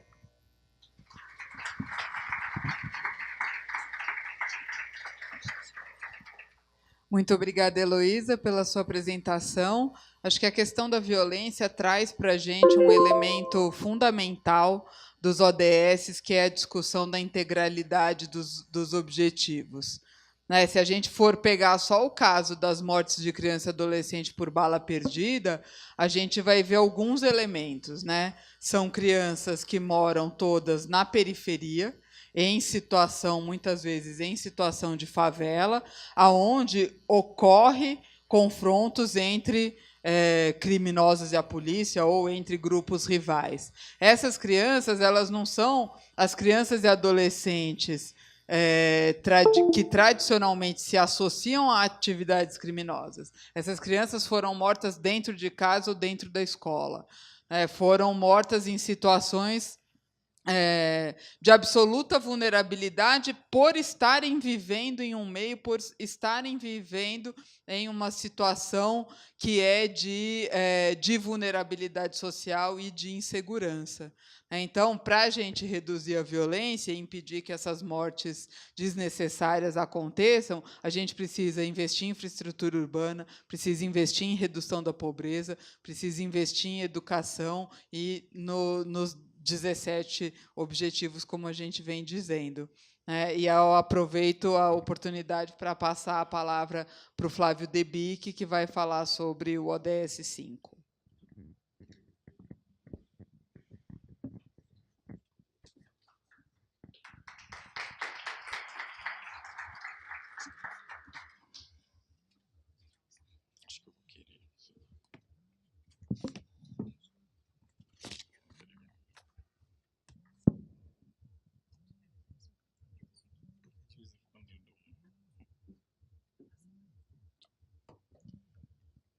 Bom, depois de Viviana e Heloísa, até algumas questões que eu vou comentar aqui agora já foram ditas, né? Assim, principalmente as questões relacionadas com educação e violência. Nas discussões anteriores à definição dos 17 objetivos e das 169 metas, a discussão sobre como incluir crianças e adolescentes nesses objetivos não foram discussões fáceis. Assim, se a gente olhar para os 17 objetivos, a gente não vai encontrar, com exceção do objetivo 5, que se menciona explicitamente crianças nos objetivos. Assim, Heloísa mostrou onde é que a gente, nos 10, encontra nas metas referências explícitas a crianças e adolescentes. Desde alguma perspectiva, isso foi uma derrota, né? Assim, a gente gostaria que crianças e adolescentes tivessem tido uma centralidade maior na definição dos 17 objetivos, mas a gente não quer deixar de celebrar que, no objetivo 5, a gente conseguiu que se incluísse, nesse objetivo, né, assim, mulheres e meninas. Né, assim. Isso adquire uma importância, né, assim, porque o objetivo 5 ele se coloca como esse objetivo que quer alcançar a igualdade de gênero e empoderar todas as mulheres e meninas. Isso adquire importância por vários motivos, né, assim, mas principalmente porque a gente entende, né, assim, colocando aí mulheres e meninas, que as questões relacionadas à desigualdade de gênero, elas não estão somente na idade adulta, ao contrário, elas começam na infância, né, assim, e se perpetuam na fase adulta. Né, assim. Então, isso é muito importante que a gente coloque isso aí, né, assim, que a gente quer que a igualdade de gênero e o empoderamento comece desde cedo. Porque, se a gente começar antes, a gente não vai ter que ficar trabalhando nas consequências. A gente vai trabalhar nas causas e nas raízes dessas questões. Eu não vou ler todas as metas, né, assim, porque são muitas, mas eu destaquei algumas questões que estão aí nas metas relacionadas ao objetivo 5. Né, assim. Tem o tema da discriminação, né, assim, tem o tema da violência, que é um tema forte no mundo todo, mas é um tema muito forte aqui no Brasil, porque, se a gente for olhar a violência, com exceção da violência que Heloísa apresentou anteriormente, né, assim, que é morte por causas violentas e por causas externas, em todas as outras formas de violência, as mulheres sofrem mais violência que nós, homens. Né, assim. Então, isso é um dado importante. A outra tem a ver com casamentos prematuros e forçados, que eu vou falar sobre isso depois. A gente tende a pensar que casamento infantil é uma questão distante da nossa realidade, mas a gente é, em termos absolutos, o 4º país no mundo, né, assim, em números de casamento de pessoas menores de 18 anos. Né, assim. E o que a gente normalmente associa com casamento infantil são aquelas notícias que passam os casamentos lá na Índia, na Ásia, as meninas vestidas de noiva, né, assim, com uma dimensão ritualística e celebrativa diferente do que acontece aqui no Brasil. No Brasil, normalmente, as meninas se casam em contextos de informalidade, né, assim, de uniões estáveis, com homens muito mais velhos que elas, né, assim, e, normalmente, em condições associadas à pobreza. Então, o casamento infantil é um tema a gente, junto com a Fundação Abrinq, está acompanhando um projeto de lei, né, assim, da deputada Laura Carneiro, que proíbe as exceções do casamento aqui no Brasil, porque a idade de casamento aqui no Brasil é de 16 anos, mas a gente tem uma série de exceções que fazem com que essa prática seja muito comum e que a lei, né, assim, possibilite que isso aconteça. O que a gente quer com esse projeto de lei, a gente sabe que o projeto de lei não vai resolver todo o tema de casamento infantil e de uniões estáveis de meninas, principalmente, mas ele é a amostra, né, assim, e quer dizer que a nossa legislação não apoia isso, porque é uma violação de direitos humanos, principalmente das meninas. Todo o tema do trabalho doméstico não remunerado, que o cenário ilustra bem isso, né? Assim, como o trabalho doméstico, que normalmente está associado às mulheres, continua sendo ocupa muito tempo das mulheres e não é remunerado. Assim, então, a gente tem avanços em termos da participação das mulheres no mercado de trabalho, e aí tem duas questões que a gente vai até ver depois também, mas tem a questão de que as mulheres entraram para o mercado de trabalho, mas o trabalho doméstico não remunerado continua sendo uma responsabilidade posta para as mulheres, né, assim, fazendo com que elas tenham duplas e até triplas jornadas, e esse trabalho não é valorizado e não é remunerado. E aqui entra um tema também do trabalho infantil doméstico, que é um tema que afeta principalmente, o trabalho infantil afeta principalmente meninos, mas o trabalho infantil doméstico afeta principalmente meninas e meninas negras. Assim.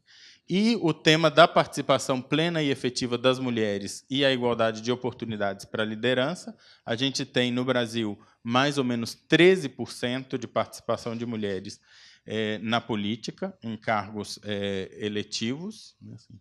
E o outro, o acesso universal à saúde sexual e saúde reprodutiva e direitos reprodutivos. O que a gente vê aqui no Brasil é que a gente é considerado um país com uma boa legislação em termos de acesso à saúde sexual e saúde reprodutiva, mas que isso depois não se reflete no acesso a serviços de boa qualidade e no acesso a direitos já conquistados e postos em acordos internacionais que o Brasil assinou.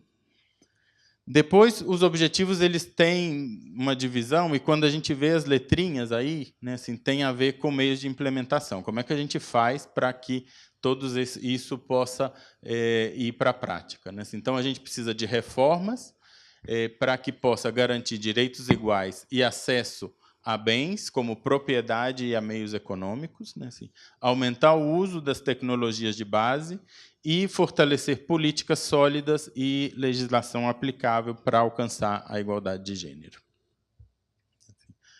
Eu não vou apresentar muitos dados, eu vou trazer algumas provocações, e eu quero fazer propaganda aqui, né, assim, de uma publicação que a gente fez na Plan sobre as meninas e os objetivos de desenvolvimento sustentável. Infelizmente, esgotou a versão impressa, mas vocês podem ter acesso a essa publicação no nosso site, plan.org.br, e aí vocês vão ter acesso a muitos dados sobre a situação das meninas. E a gente não pode falar da situação das mulheres no Brasil sem tocar nas questões não só da desigualdade de gênero, mas das outras desigualdades que a gente encontra no nosso país. Então, não é a mesma coisa no nosso país nascer no Norte, no Nordeste, ou no Sul e no Sudeste.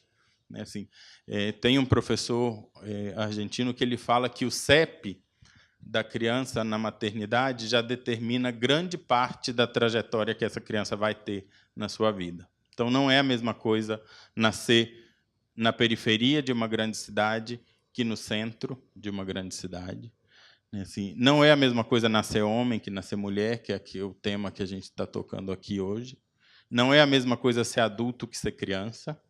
Não é a mesma coisa ser negro, indígena ou branco. E não é a mesma coisa ser pobre e rico. Assim. Então, o nosso maior desafio no Brasil é justamente reduzir essas desigualdades. E trazendo para o tema do Objetivo 5, se a gente olhar para uma menina, né, assim, onde todas essas desigualdades se somam, né, assim, Uma menina pobre, negra, que nasceu no Nordeste, na periferia de uma grande cidade do Nordeste, né, assim, e é criança, né, assim, tudo isso se soma na vida dela e faz com que ela seja, né, assim, dentro daquela máxima dos Objetivos de Desenvolvimento Sustentável, aquele sujeito, né, assim, aquela pessoa que não pode ser deixada para trás. Assim. E na construção das médias, né, assim, a gente, Maitê tocou esse tema, a gente deixa para trás muitas pessoas. Né, assim. E quando a gente olha e faz o balanço dos Objetivos de Desenvolvimento Sustentável, né, assim, onde a gente tem realmente que celebrar que a gente alcançou muitos avanços nesses objetivos, a gente celebra a partir da construção de médias também. Então, aí, quando a gente fala que reduziu a mortalidade infantil no Brasil, a gente reduziu, sim. Mas, se a gente for olhar para as populações indígenas, a gente ainda está muito distante de alcançar as metas dos Objetivos de Desenvolvimento do Milênio, quanto mais alcançar as metas dos Objetivos de Desenvolvimento Sustentável. Eu trabalho na Plan, a Plan é uma organização internacional, e a gente começou a discutir as questões relacionadas a gênero em mais ou menos em 2010. A gente tinha um diretor e ele foi para Bangladesh fazer uma visita de campo, e as crianças estavam indo para a escola e tinha uma menina sentada, que não estava indo para a escola. E ele perguntou para ela por que ela não estava indo para a escola. E ela respondeu para ele, "Because I am a girl", porque eu sou uma menina.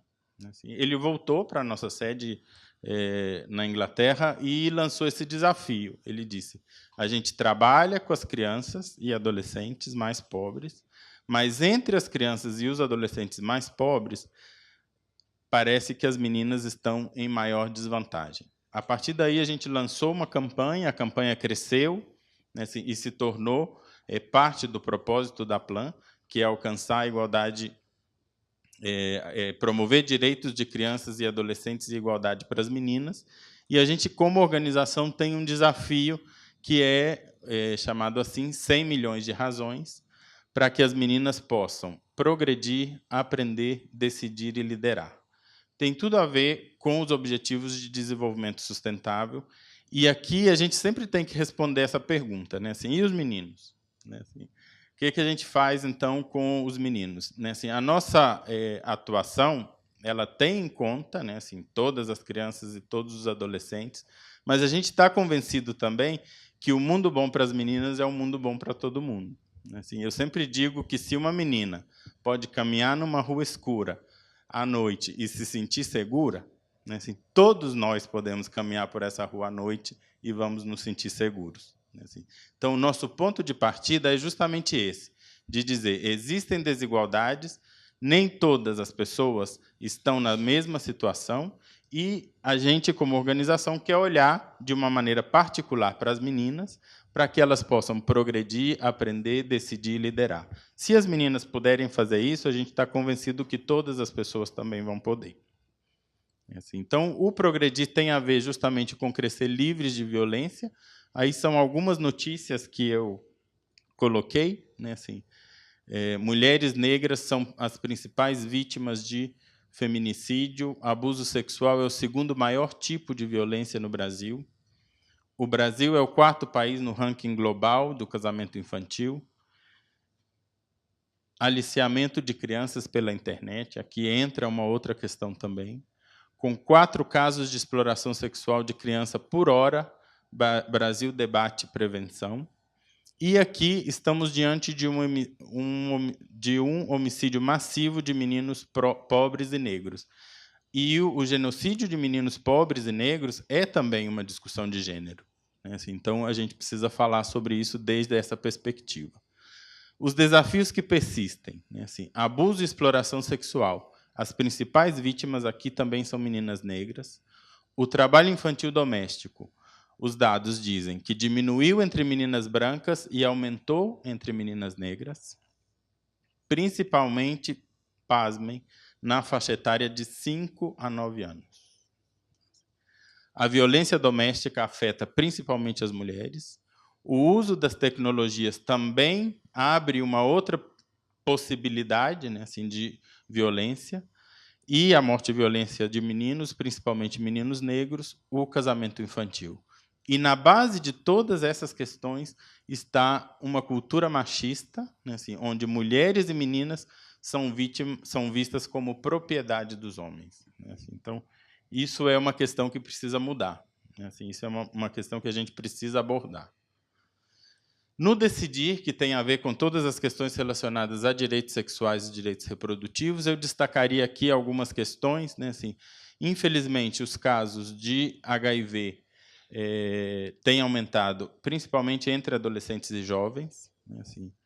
E aqui, a gente não tem muito tempo, eu colocaria todas as questões relacionadas, e aqui a Heloísa não teve tempo, mas a Fundação Abrinq também tem acompanhado todos os projetos de lei relacionados à proibição da discussão de educação em sexualidade nas escolas. Né, assim, diga-se escola sem partido, mas a gente até diria que escola sem partido talvez seja o menor risco de todos, porque ele tem tanta mídia e tanta questão em cima dele, mas atrás dele muitos outros projetos de lei proibindo a discussão de educação em sexualidade contra todas as evidências relacionadas a quanto mais cedo a gente discute sobre sexualidade, muito mais resultados a gente vai ter no futuro em relação a várias questões. Né, assim, entre elas, gravidez na adolescência. A gente tem mantido, né, assim, os dados de gravidez na adolescência não oscilam muito, né, assim, tem se mantido, mas a gente não está num bom patamar. E entre meninas de 10 a 14 anos tem tido uma leve tendência de aumento nos casos de gravidez entre meninas de 10 a 14 anos. Então, a gente fala, não pode discutir educação em sexualidade nas escolas. E as meninas estão engravidando. Então, como é que a gente faz? Assim, vai na contramão de tudo isso. Pré-natal inadequado, acabou meu tempo, eu já vi aqui. Pré-natal inadequado, poucas consultas. A gente não tem serviços especializados para adolescentes. Né? Assim, as adolescentes nas unidades de saúde passam a ser vistas quando elas chegam grávidas. Né? Assim, então, a gente não tem programas, né, assim, estruturados de saúde do adolescente. A incidência de mortalidade materna, então, é maior entre as mães adolescentes, e a mortalidade infantil, um estudo da Visão Mundial, o Wellington está aí, né, assim, demonstrou que a mortalidade infantil entre filhos de mães adolescentes é 20% maior que entre outra faixa etária. Isso eu já falei. E uma outra questão sobre isso também, que o Brasil é um dos países que mais mata homossexuais no mundo. Então, no liderar, que tem a ver com participação social, participação das mulheres na política, né, assim, a gente ainda precisa falar sobre isso. A gente tem algumas leis, por exemplo, sobre participação das mulheres nos partidos políticos, mas isso depois não se reflete nas eleições. Né? Assim, a gente continua tendo poucas mulheres. E é interessante que todos os estudos que a gente observa sobre a presença de mulheres na política, sejam elas, né, assim, de centro, direita ou esquerda, têm projetos de lei que beneficiam crianças e adolescentes e que beneficiam questões sociais. Então, a participação de mulheres na política não é bom só para as mulheres, ela é boa para todos nós. Né? Então, isso é um outro dado também. E o desafio que a gente tem aqui é da participação desde cedo. Né? Assim, a gente, no cenário, viu também alguma questão sobre... A Viviana falou sobre isso. Né? Assim, a escola como um lugar também que promove a democracia, que promove a participação cidadã e que promove a participação para a promoção e defesa de direitos humanos, porque a participação política por si só pode ser até perigosa. Né? Assim, a gente precisa participar na política, mas para olhar para o bem comum. A gente precisa participar da política para defender direitos humanos. Né? Assim, e a gente olha com certa preocupação também o crescimento da participação de adolescentes e jovens em movimentos conservadores que não defendem também causas relacionadas à promoção de direitos humanos. E o aprender, que Viviana já falou sobre isso, né? Assim, a gente, no Brasil, o tema de paridade, né? Assim, meninas e meninos estão matriculados mais ou menos do mesmo jeito, né? Assim, tem algumas questões de gênero aqui para serem observadas também. Por que que as meninas deixam a escola e por que que os meninos deixam a escola? Em termos muito gerais, eu diria que as meninas deixam normalmente por gravidez na adolescência, casamento precoce também, os meninos para o trabalho infantil, mas a gente precisa olhar para isso e quem são os meninos e as meninas que deixam as escolas, e aí a gente vai tocar nas questões da desigualdade também. O tema da qualidade e o tema da educação sexista. Na escola, a gente aprende a ser machista, na escola, a gente aprende a ser violento, então a escola, como lugar também, é, por si, o lugar de excelência para criar uma sociedade diferente também. Bom, sobre a resistência à discussão de gênero, raça e diversidade na escola, a gente já falou. E algumas considerações finais, né? Assim, a desigualdade é uma questão central na causa das brechas de direito de crianças e adolescentes e das meninas, em particular. Meninas negras e indígenas têm menos oportunidades e, por isso, estão em maior desvantagem. É necessário, então, uma abordagem interseccional. Quando a gente fala de gênero, a gente não pode perder de vista as outras questões e as outras desigualdades que estão por trás. A necessidade de maior produção, desagregação e cruzamento de dados sobre gênero e idade. Então, esse olhar para a questão das mulheres não pode começar só na vida das mulheres adultas. A gente precisa desagregar os dados desde cedo, desde a infância. E a gente, para construir o relatório, viu o tanto que é difícil. A Fundação Abrinq, no Observatório, sabe também o desafio da gente encontrar dados desagregados para a gente também ter respostas eficientes em relação a isso. Gerar maior capacidade para que as organizações interessadas na temática gênero, né, assim, tenham um recorte etário, então que o movimento de mulheres comece a pensar nas meninas também. Mobilizar as adolescentes e jovens para um movimento mais orgânico de participação social, navegar na onda da implementação dos ODS, ou seja, a gente está falando sobre ODS, e pensar que a questão de mulheres e meninas não é exclusiva do ODS 5, mas de todos os 17 objetivos. E não se pode mudar a situação das meninas sem um forte componente de mudança cultural. Então, não adianta a gente ter boas políticas, boas leis, se a gente não muda a nossa mentalidade machista, dessa perspectiva do privilégio que nós homens temos nessa sociedade. A questão da violência baseada em gênero é um tema central em todos os tipos de violência, não só naquelas que afetam mais as meninas. A questão de gênero ela é importante também quando a gente pensa no genocídio de meninos negros, é também uma questão de gênero. E temos que ficar atentos e atentas aos movimentos de retrocesso nas discussões de gênero, diversidade e direitos humanos nas escolas e na sociedade em geral. Desculpa, passei um pouquinho do tempo, mas eu vou estar aqui também e na nossa página vocês podem encontrar mais informação e os dados também. Eu quis só trazer um panorama geral da situação e da centralidade que tem esse tema, né? Assim, e, repetindo a frase inicial, um mundo bom para as meninas é um mundo bom para todas as pessoas.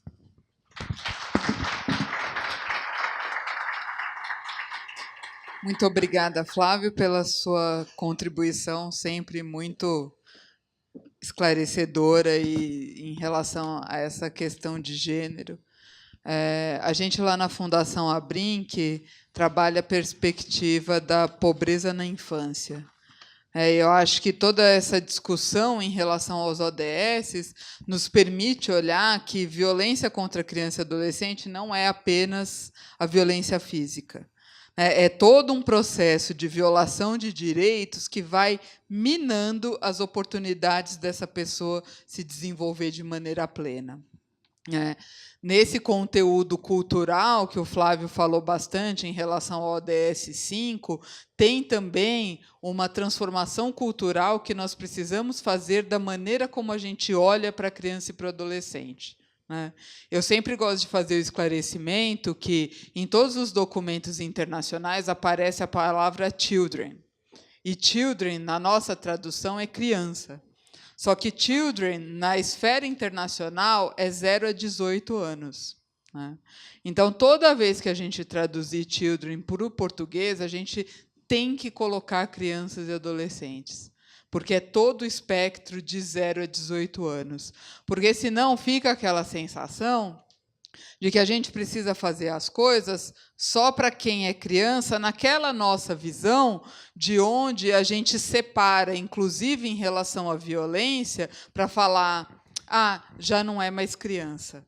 E aí, por isso, deixa de ter uma condição de um sujeito a ser protegido.